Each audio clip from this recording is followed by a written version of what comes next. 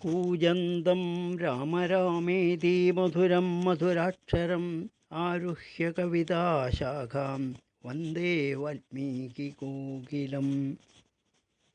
ശ്രീമദ് വാൽമീകി രാമായണം യുദ്ധകാന്ഡം 30-ാം സർഗം. ശാർദൂലാദിചാരവചനം. അക്ഷോഭ്യമായ ബലത്തോടെ രാമൻ സുവേല പർവ്വതത്തിൽ വാഴുന്നതായി ചാരന്മാർ ലങ്കാധിപനോട് അറിയിച്ചു. മഹാബലനായ രാമൻ വന്നെത്തി എന്ന ചാരവാക്യം കേട്ട് രാവണൻ അല്പമൊരു നെഞ്ചിടിപ്പോടെ ശാർദൂലനോട് പറഞ്ഞു: നിന്റെ നിറം പകർന്നിരിക്കുന്നു. നിശാചര, നീ ദീനനായിരിക്കുന്നു. ക്രുദ്ധരായ ശത്രുക്കളുടെ കയ്യിൽ നീ അകപ്പെട്ടില്ലല്ലോ. ഇങ്ങനെ ചോദിച്ചപ്പോൾ ഭയവിഹ്വലനായ ശാർദൂലൻ രാക്ഷസരാജാവിനോട് അറിയിച്ചു: വിക്രമന്മാരും ബലവാന്മാരും രാമരക്ഷിതരും ആയ വാനരവീരന്മാരെ ചാരപരിശോധന നടത്താൻ സാധ്യമല്ല. അവരോട് സംഭാഷണം ചെയ്യാനും വയ്യ, ചോദ്യം ചോദിക്കാനും ആവില്ല. മല പോലെയുള്ള മർക്കടന്മാർ ചുറ്റും വഴികളൊക്കെ കാത്തുപോരുന്നു. അകത്ത് കടന്ന് ആ സേനയെ നോക്കുമ്പോഴേക്കും അവർ എന്നെ തിരിച്ചറിഞ്ഞു. പിന്നീട് പല വിധത്തിലും ഉപദ്രവിച്ചു. മുട്ട്, മുഷ്ടി, പല്ല്, കൈത്തലം ഇവ കൊണ്ടൊക്കെ എന്നെ ആക്രമിച്ചു. കോപമാണ്ട കവികൾ പടക്ക് നടുവിലായിട്ട് എന്നെ കൊണ്ടു നടന്നു. എല്ലായിടത്തും കൊണ്ടു നടന്ന ശേഷം ചോരയിൽ കുളിച്ച് ദീനനായി വെളിവറ്റ് ഇന്ദ്രിയങ്ങൾ തകർന്ന എന്നെ രാമൻ്റെ സമീപത്ത് കൊണ്ടുപോയി. കുരങ്ങന്മാർ അടി തുടർന്നു. ഞാൻ ശ്രീരാമനോട് കൈകൂപ്പി യാചിച്ചു. അപ്പോൾ ശ്രീരാമൻ അരുതരുത് എന്ന് വാനരന്മാരെ തടഞ്ഞു. അങ്ങനെ യദൃച്ഛയാ ഞാൻ രക്ഷിക്കപ്പെട്ടു.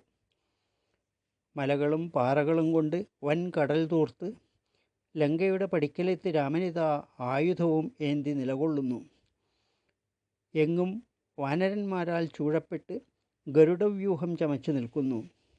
എന്നെ വിട്ടിട്ട് ആ മഹാതേജസ്കൻ ലങ്കയുടെ നേർക്ക് വരുന്നു. മതിൽക്കകത്തു കടക്കും മുമ്പേ രണ്ടിലൊന്ന് വേഗം ചെയ്യുക. വേഗം സീതയെ തിരിച്ചു കൊടുക്കുക, അല്ലെങ്കിൽ യുദ്ധം ചെയ്യുക.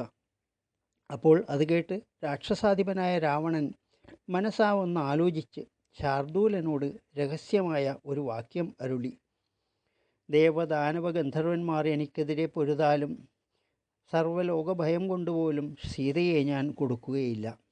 ഇതും പറഞ്ഞ് അതിതേജസ്വിയായ രാവണൻ വീണ്ടും പറഞ്ഞു: പട നീ കണ്ടുവല്ലോ.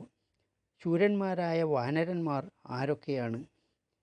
സൗമ്യ, അടുക്കാനാവാത്ത അവരുടെ കഴിവെന്ത്? അവർ എങ്ങനെയുള്ളവരാണ്?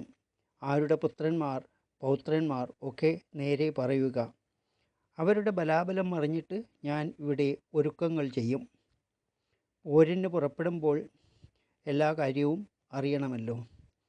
ഇപ്രകാരം രാവണൻ ചോദിച്ചപ്പോൾ ഉത്തമചാരനായ ശാർദൂലൻ രാവണസമക്ഷം പറയാൻ ആരംഭിച്ചു: രാജൻ, ഋക്ഷരജസിൻ്റെ പുത്രനും പോരിൽ സുദുർജയനും ഗദ്ഗദൻ്റെ വളർത്തുപുത്രനുമായ ജാംബവാൻ എന്ന് പുകഴ്പെറ്റവൻ. ഗദ്ഗദൻ്റെ മറ്റൊരു മകൻ ഇന്ദ്രൻ്റെ ഗുരുപുത്രൻ ധൂമ്രൻ. ഒറ്റക്ക് രാക്ഷസന്മാർക്കൊക്കെ ആപത്ത് വരുത്തിയത് ആരുടെ മകനോ അവൻ കേസരി. ധർമ്മപുത്രനും വീര്യവാനും ധർമാത്മാവുമായ സുഷേണൻ, സോമാത്മജനായ സൗമ്യൻ, ദധിമുഖ വാനരൻ, സുമുഖൻ, ദുർമുഖൻ, വേഗദർശി എന്ന വാനരൻ. ഇവൻ ബ്രഹ്മാവ് വാനരരൂപേണ നിർമ്മിച്ച മൃത്യു തന്നെ. സേനാപതിയായ നീലൻ സ്വയം അഗ്നിപുത്രനത്രേ. വായുവിൻ്റെ മകൻ ഹനുമാൻ എന്ന് പേർ കൊണ്ടവൻ.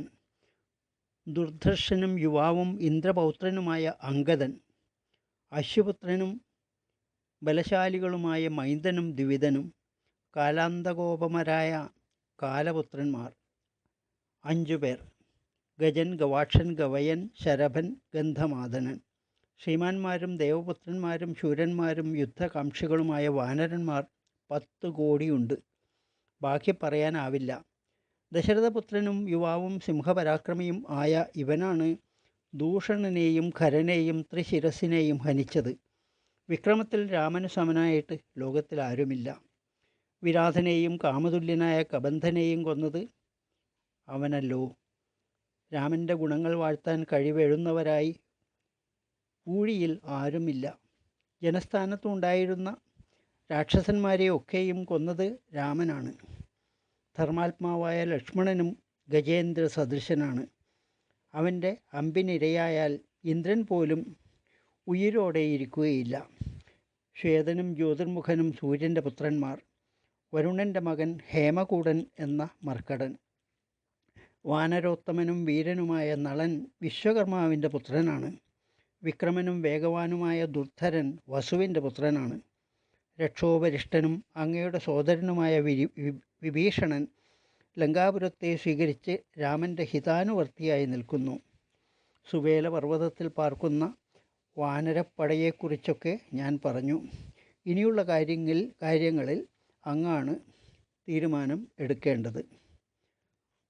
30-ാം സർഗം ഇവിടെ അവസാനിച്ചു. ജാനകീ ജീവനസ്മരണം. ജയ ജയ രാമ രാമ.